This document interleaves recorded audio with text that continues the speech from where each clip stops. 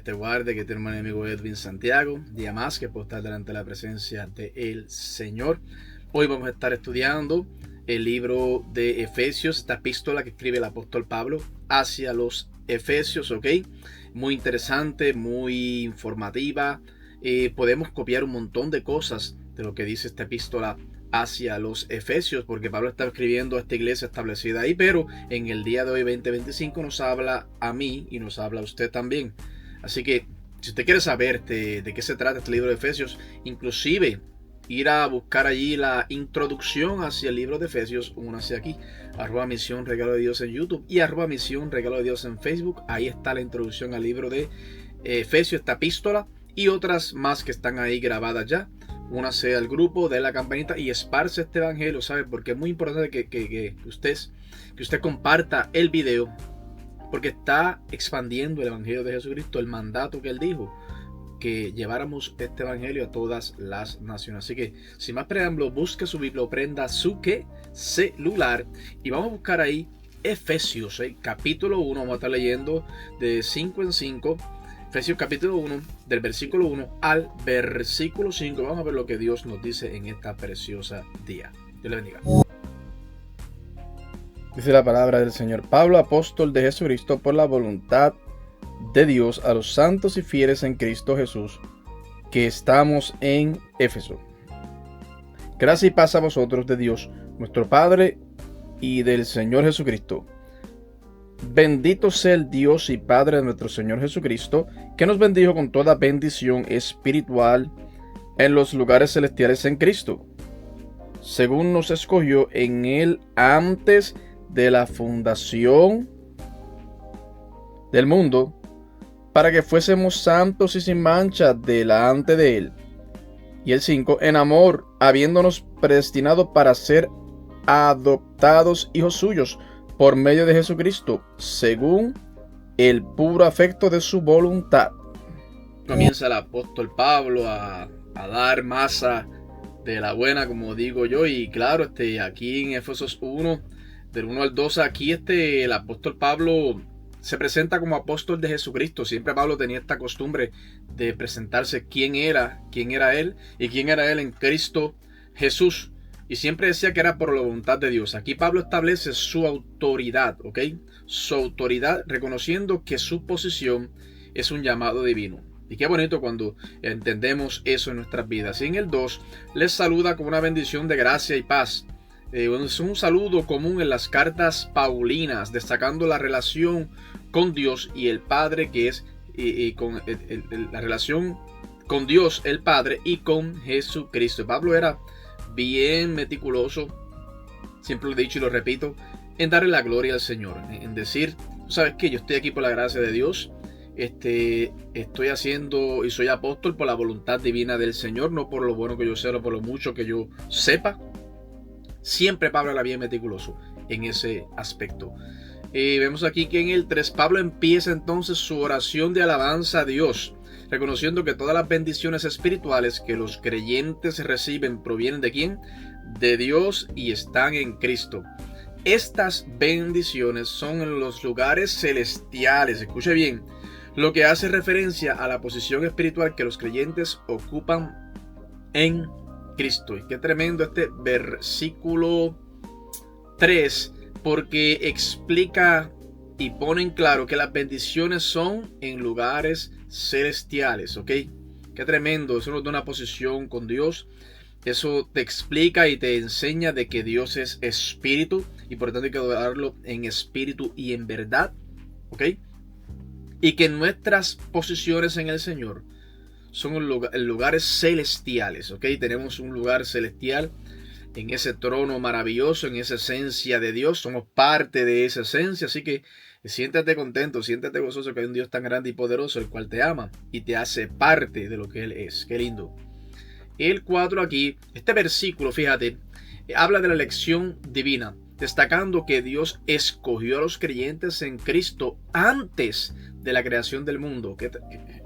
Eso a mí me vuela la cabeza, que cómo que Dios me escogió desde antes de la fundación del mundo. ¡Wow! El propósito de esa elección, ¿para qué es, Edwin? Es que los creyentes sean santos y sin mancha, lo que indica que la salvación tiene un propósito transformador. Qué tremendo, ¿ah? Y que es santo y sin mancha. Dar tu mejor esfuerzo todos los días, ¿ok? Sabiendo que hay un Dios que te ama, que te quiere, que desea lo mejor para ti, que te abre puertas y también te cierra a veces, ¿ok? Y es rendirse totalmente a Él y que Él tome el control de tu vida y de la mía también. Y en el 5, aquí Pablo se introduce en el concepto de la predestinación. Es decir, que Dios ha planeado de antemano, escucha bien esto, anota, que los creyentes sean adoptados como hijos suyos. Todo esto es hecho según el puro afecto de su voluntad, lo que resalta el amor gratuito y la gracia de Dios. Es tremendo, wow, esto. Somos predestinados de antemano. Tú le hablas esto a muchos cristianos y te dicen, tú eres loco. O te dicen, esto es imposible. ¿Cómo que fuimos predestinados de antemano? Y que fuimos hijos tuyos desde de antemano, desde nosotros pensarlo. Y te voy a explicar por qué no creen. Porque es que esto se da. Lo primero que se piensa en el ámbito de las iglesias y en el ámbito de los templos y iglesia tal, la cultura que hemos crecido muchos, esto se presta para decir, no, como yo fui predestinado, entonces yo pues puedo irme a pecar, no tengo que ser santo y sublime, ya soy salvo, ¿entiendes? Salvo, siempre salvo. Esto se presta para tantas cosas, pero es tan sencillo entenderlo, tan sencillo como que Dios envía a su hijo para que yo crea en su hijo y acepte lo que él hizo en esa cruz. Y si yo acepto y creo, yo soy salvo. Así de sencillo. No le quites ni le pongas, ¿ok? Y desde ese momento en adelante que aceptas a Cristo, da tu mejor esfuerzo diariamente para servirle, para hacer su voluntad. Ya. Así de sencillo. Así que sigamos leyendo ahora del versículo 6 al versículo 10. Para alabanza de la gloria de su gracia, por la cual nos hizo aceptos en el amado, en quien tenemos redención por su sangre, el perdón de pecados según las riquezas de su gracia, que hizo sobreabundar para con nosotros en toda sabiduría e inteligencia.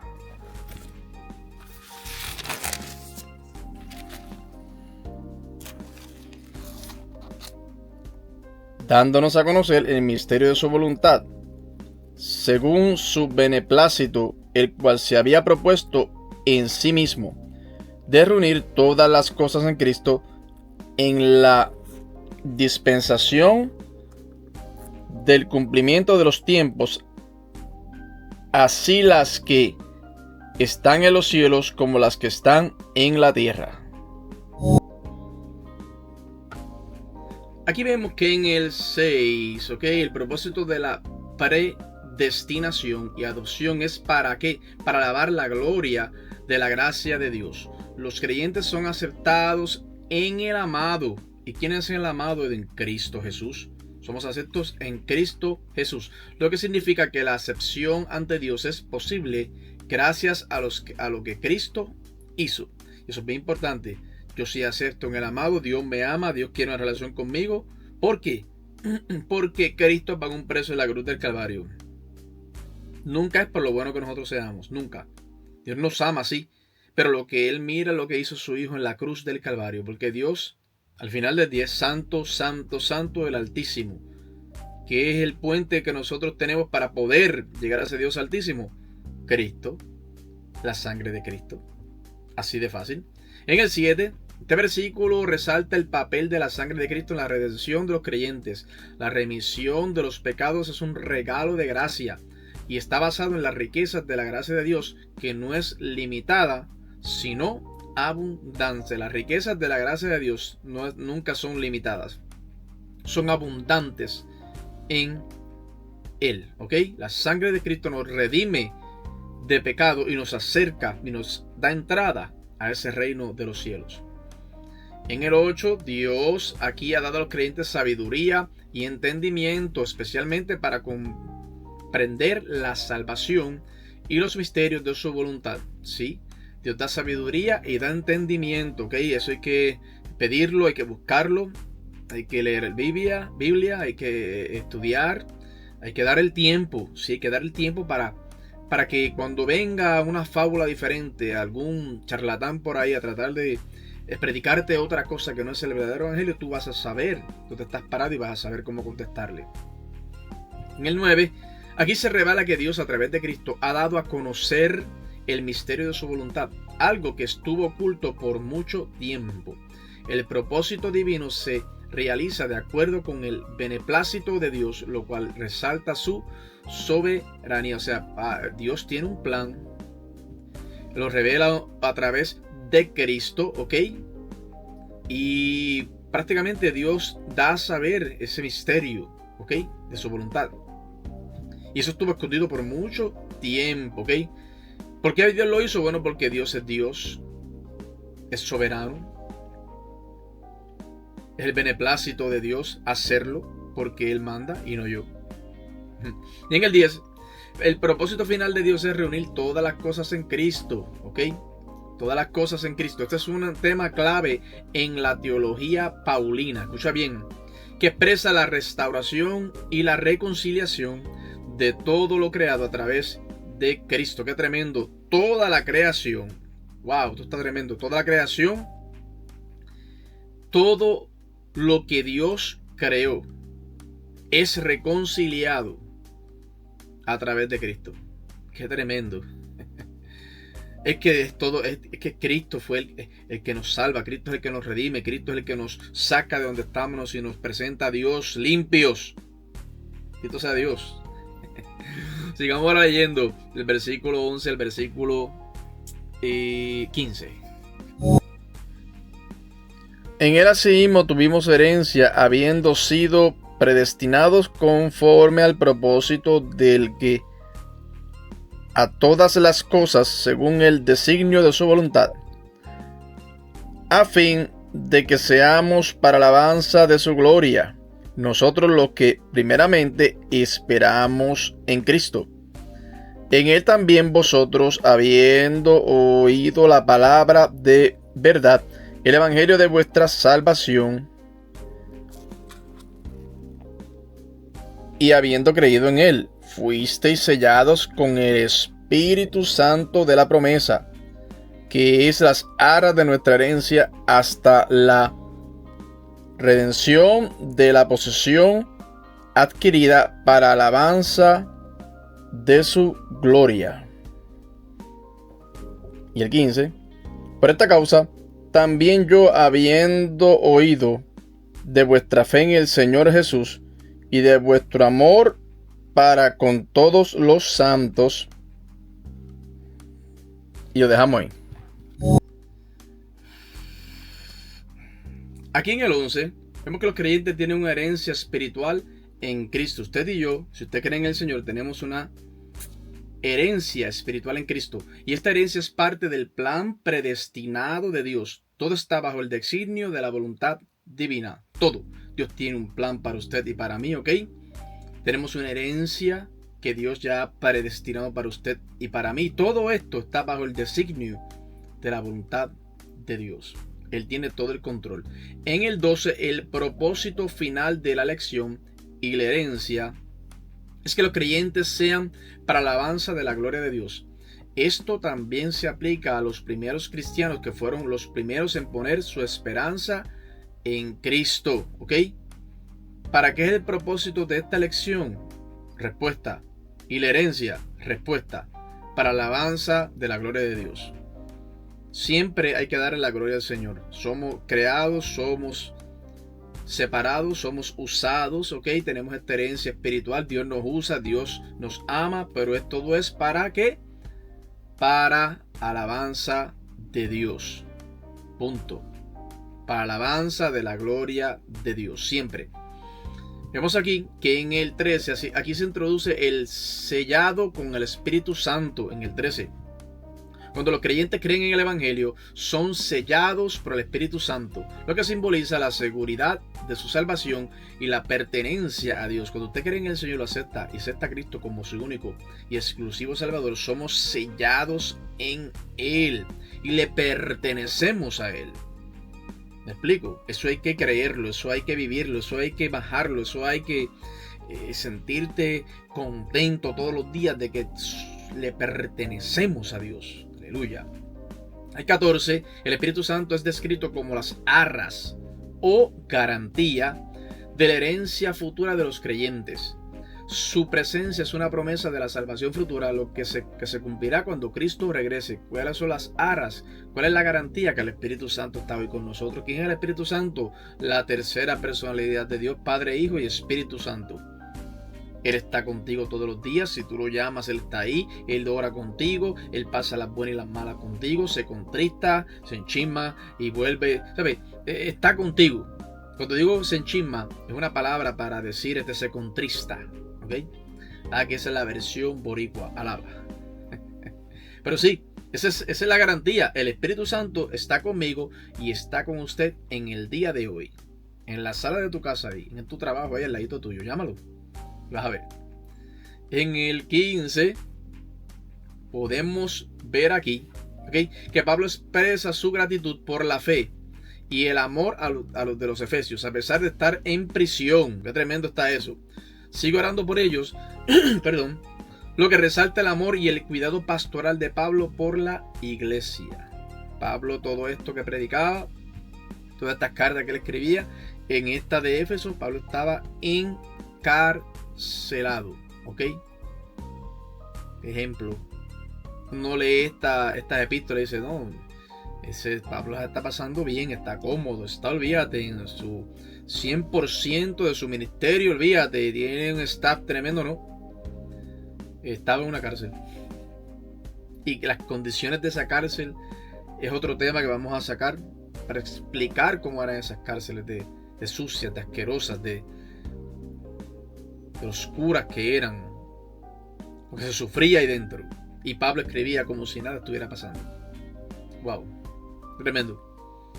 Sigamos ahora leyendo del versículo 16 al versículo 20.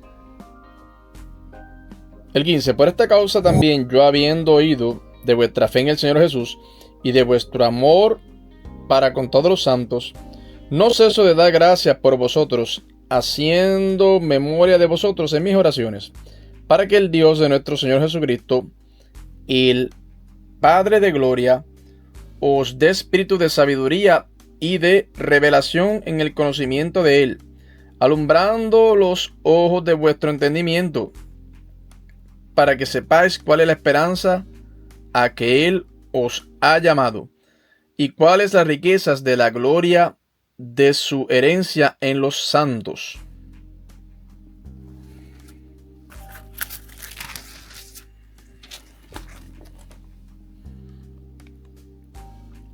Y la cual supereminente y grandeza de su poder para con nosotros los que creemos, según la operación del poder de su fuerza, la cual operó en Cristo, resucitándole de los muertos y sentándole a su diestra en los lugares celestiales.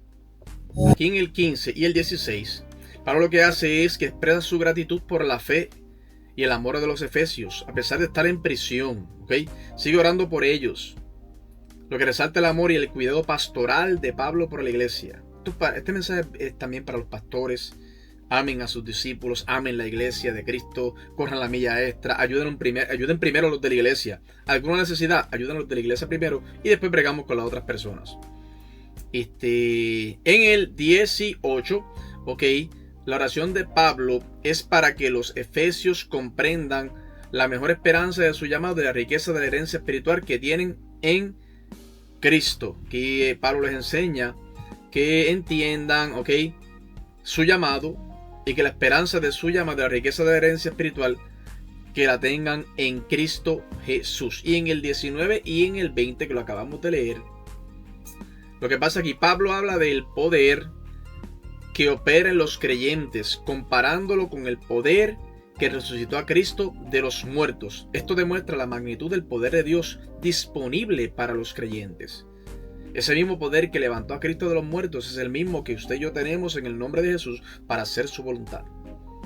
Pero eso hay que creerlo. Eso hay que creerlo. Cuando usted ore creyendo. Cuando usted ayude creyendo. Cuando usted haga algo para el Señor, creyendo que lo que está haciendo, Dios te mandó, y ejecuta en el nombre poderoso de Jesús. No puede haber lugar a dudas.